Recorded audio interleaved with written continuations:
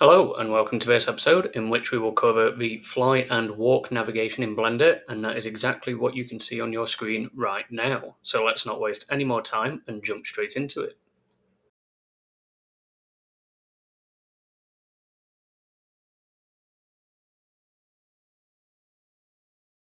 So to start our fly or walk, we simply just need to come up to where it says View, scroll down to Navigation. We'll see all of what we covered earlier, but at the very bottom we have Fly and Walk Navigation. So if we select Fly Navigation, it will snap our mouse to the middle of this bounding box. So to look around, you just need to move your mouse outside of the bounding box and you'll start looking generally where you're moving to. The closer you are to the bounding box, the slower you move, the further away you get, the faster you start to pan. So we've got all of the keys on the bottom, and I'll basically just make those slightly larger so you can see them. So, like any typical video game I suppose, WASD is your forward, left, backwards and right. All of these cancel each other out, so if we press W to move forward, so I'm just going to speed this up a little bit, and then you press A to move left, you don't go forward and left, you only go left. If you now press S to go backwards, you now only go backwards. If you press D, you only move to the right.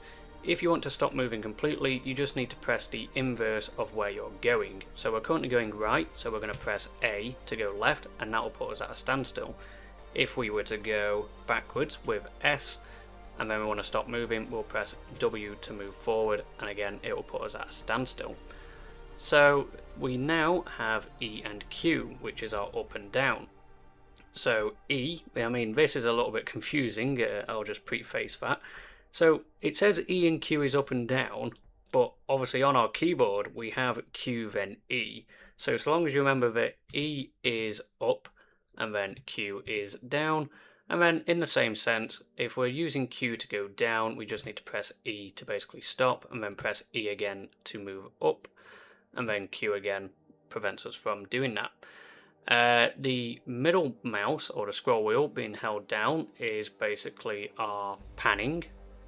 As you can see here, we're just sort of moving around, so we're actually moving, we're not sort of looking in that general direction like this. We were actually moving to the right, say, or to the left. Won't lie, X and Z, I don't see any actual difference of using these. I am not 100% sure what they do, because you'd think Z means axis lock on the Z, but it doesn't, as in you can look up and down, and then if we disable it we can still look up and down, left and right. Not 100% sure. If you know, feel free to basically say it in the comments. Alt is our precision, so if you look at where it says acceleration, it currently says -5, and that's because we pressed S to go backwards. If we press W to go forward, it will be 5. And then if we hold Alt for precision, you'll see it start to slow down, and basically it will eventually get to 0. Like so. So if I hold W and we start moving at an acceleration of 40, just so we can actually get moving, maybe even 50, and then again we're just going to come over here, and then I now hold Alt, and then we'll slow down and then eventually come to a complete stop if you hold it to the point where it comes to a complete stop. You can also use the scroll wheel to basically speed up, so instead of pressing S multiple times, you can scroll down and then you'll start going faster that way.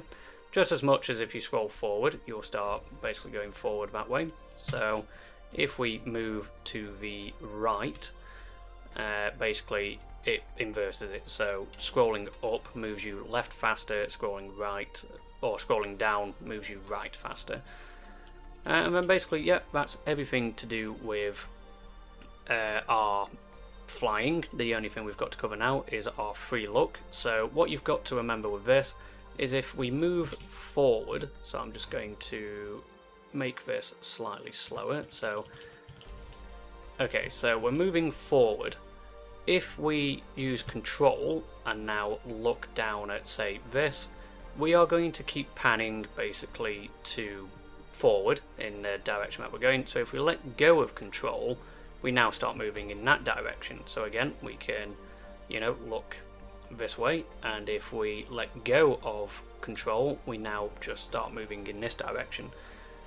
So unfortunately, you do have to sort of align yourself back into the orientation that you are going. So for example, I'm going to fly between these two cubes, use control to free look, but if I want to carry on going between those cubes, I need to basically put my perspective back to this. And then when you're done, you can right click and it puts us back to the perspective we were in earlier. So now that we've covered our fly, let's now look at our walk. So to use walk, it's the same as our fly. We just need to go to view, navigation, and then our walk navigation. Our cursor is replaced with this sort of crosshair, which might seem familiar if you play FPSs. And basically some of our controls are basically the same as our fly.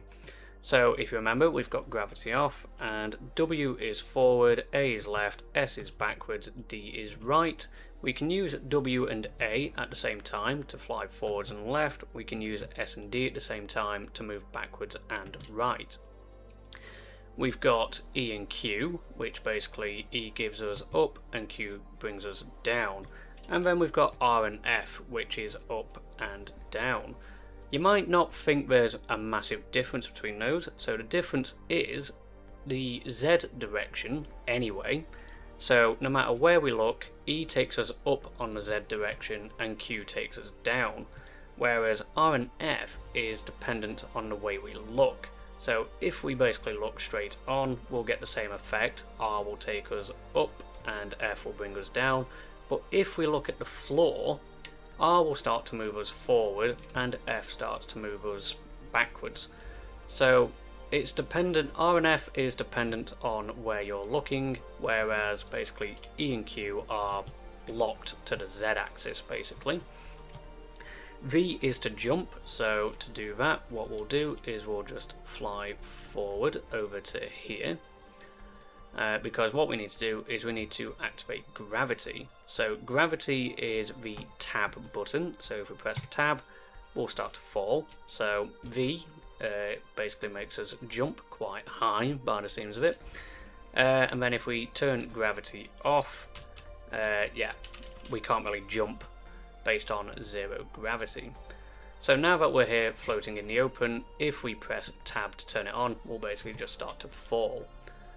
So space is our teleport. So if we just press space on our plane, we'll teleport to the top of there, and then we can teleport to here, there.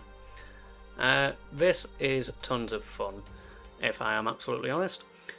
If you basically find yourself thinking this is a bit too slow when moving forward, you can hold shift to move faster. And then if you're thinking this is too fast, you can use Alt to move slower. Our mouse wheel basically controls our acceleration, so we can basically go really fast, or we can start bringing it down so we can go quite slow. The acceleration can also be controlled through our number pad with our plus and minus. It can't be used through our regular sort of keyboard, the left side I suppose. So for our jump height, we currently are sat at 10. So if I just turn on gravity, what we can do is this is comma and full stop. It doesn't exactly look obvious because it's probably just like literally 5 pixels on the screen. So full stop increases, apostrophe brings it down. So if we press space to jump now, you can barely tell. I don't even know if gravity is right. Gravity is off at the moment. So if we turn gravity on, yeah. So V. So we're jumping the littlest bit, and then what we can do is we can increase this with our full stop. So then we jump higher. So the cool thing with Blender's navigation is if you jump and then try and move forward, you can't. It is like a video game, and it's, in my opinion, it's how it should be, is if you want to jump forward, you need to already be moving forward and jump. You shouldn't be able to navigate while basically in freefall. So if we hold W and then I don't know why I press space, because I'm an idiot, basically. Let's just find our plane again. So, yep, turn gravity on, so we need to, it's V to jump. So if we press, like I say, if we press V to jump and hold W, we're not going anywhere, but if we hold W and V, we start to move, and then we'll just turn gravity off. So yeah, full stop and comma is our jump height, and then yeah, we have our Z axis correction, which is Z. So let's see what that does. Won't lie, same again. If you know what it does, feel free to let me know in the comments, but I can't visually see a difference for our Z-axis correction. And then when you're done, if you left click to confirm, it will basically keep us in the perspective we're looking at, which is this. But if we right click, so if we go to navigation and our walk and then move to the left, if we right click, it puts us back to our original perspective.